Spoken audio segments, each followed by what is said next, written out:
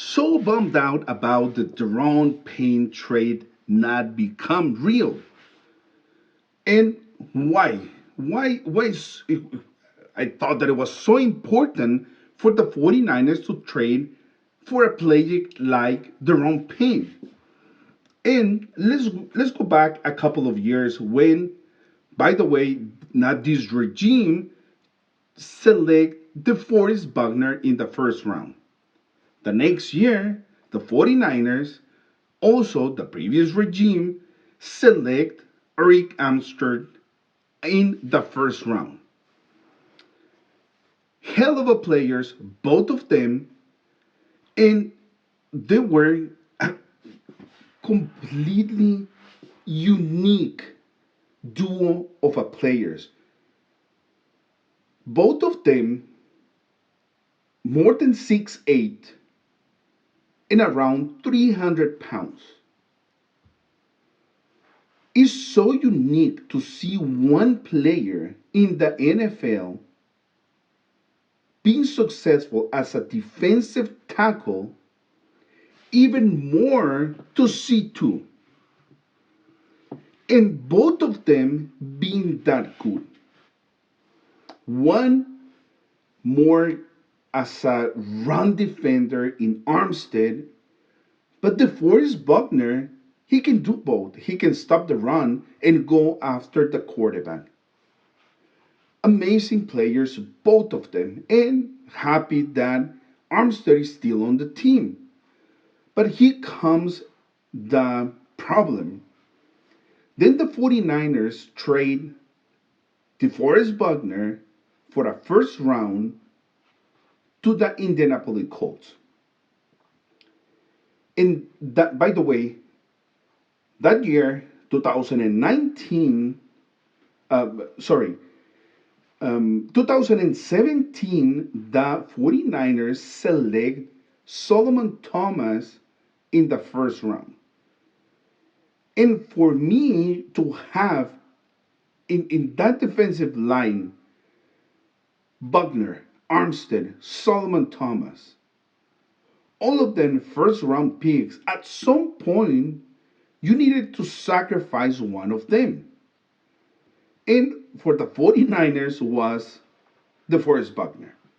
I understand that the other two that didn't have much trade value, and most likely you won't be able to keep all the players due to the salary cap. I understand absolutely all the implications that comes for a trade like this for DeForest Buckner to the Indianapolis Colts. Nonetheless, it was the job of this regime to cover that hole. By the way, it hasn't been filled up. Solomon Thomas, a bust. Then comes Javon Kinlaw, bust. Well, we cannot call him a bust yet. We know the circumstances. He's been dealing with a lot of injuries. But many people think that if you're not in the field playing, well, guess what? It's even worse than being a bad player. Period. So we need to give it a little bit more time. Kildo, when he is healthy, he's a hell of a player. He's dominant, he's strong, he's big, he's fast, he's quick. So probably we need to give him a little bit more time. But probably when he gets healthy and he comes 100% for the team, probably the window of the Super Bowl for the 49ers is already closing. So, big factor in that, okay? Then we know that the 49ers, they're very good. I mean, grabbing these players from nowhere and make them an impactful players, good players, and reclaim projects from other teams. There's been a lot of that type of players. We trade for two of them. One being Charles O'Menihue, which has been a revelation for this team this year. The other one, Jordan Willis. Remember the blocking, the blocked field goal against the Packers that it became a touchdown. Sorry, blocked punt against the Packers. It became a touchdown. The touchdown that at the end it gave us the opportunity to go against the Ram in the championship game before the Super Bowl. So great additions. Unfortunately, Willis has been hurt so much, but he's such a good player. Then you have other undrafted free agents that they're coming and going, but they're always very good in the defensive line. Now we have Kevin Givens. We have other reclaimed projects like Hassan Ridgeway. Last year it was Arden Key.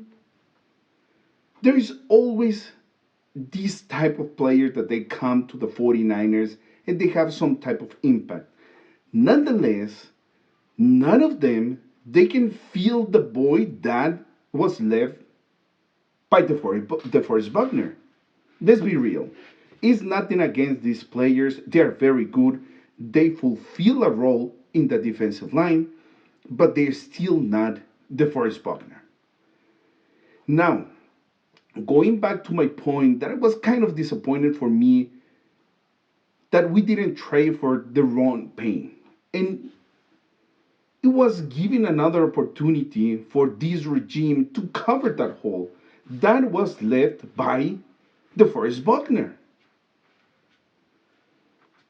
And I know you still had high hopes on Kinlo that he will come back and he will reestablish himself as a dominant player and as a very good player because he has all the potential. He has everything that is needed to be great. But if you're not healthy, again, and if you're not in the field, how you are going to fulfill that role? And for me, Daron Payne, it was one of those players that they can come to this team and fulfill the role of DeForest Buckner. But probably is not as good as DeForest Buckner, but he is a hell of a player. Now, there's so many implications to trade for a player like that. Number one, the draft picks. How much you need to pay to get a player like that? Second, he is in his last year of his rookie contract. That means that you need to pay him. One of the primary reasons why we traded for Buckner is because we cannot keep all the players due to the cap salary. I know all the implications, but then you have so many players in your defensive line, and if you can continue getting these players for a minimum contracts and bring it to the team and perform to above average level, then probably you can afford a player like Daron Payne. It, this is simplistic approach about the trade for Daron Payne. I understand that, but again, how many years we can speculate that the window for the 49ers to win a Super Bowl it will be open? How about if Trey Lance comes back next year and is not as good as we thought? Like I said before, in the 49ers, there are two premium positions, running backs and defensive linemen. We already made the trade for the running back on Christian McCaffrey. And by the way, previous years, we also had very good running backs. I don't think that the running backs are the problem. I think that the play calling and the complete offense hasn't performed to that level. And the other position besides running back is defensive lineman. And we select in the first round pick.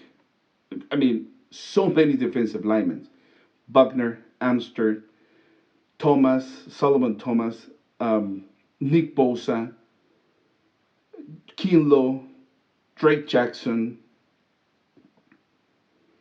and Buckner no longer in the team. Solomon Thomas is no longer in the team. Kinlo hasn't been a factor. So you have Armstead, Bosa, and Drake Jackson. Which, by the way, Armstead and Bosa, hell of a players.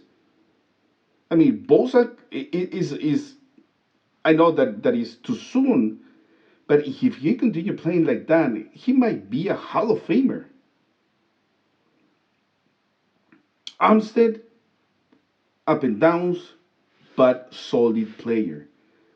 Jackson, rookie, we still don't know. As a matter of fact, what do we have in Drake Jackson? Well, we know that he is an athletic, high impact player, so on and so forth. But in production, we still don't know. So a little bit, um, probably not disappointed, but bummed out about the trade for Daron Payne didn't materialize. Let me know what you think. Comment down below, subscribe, and like always, see you in the next one.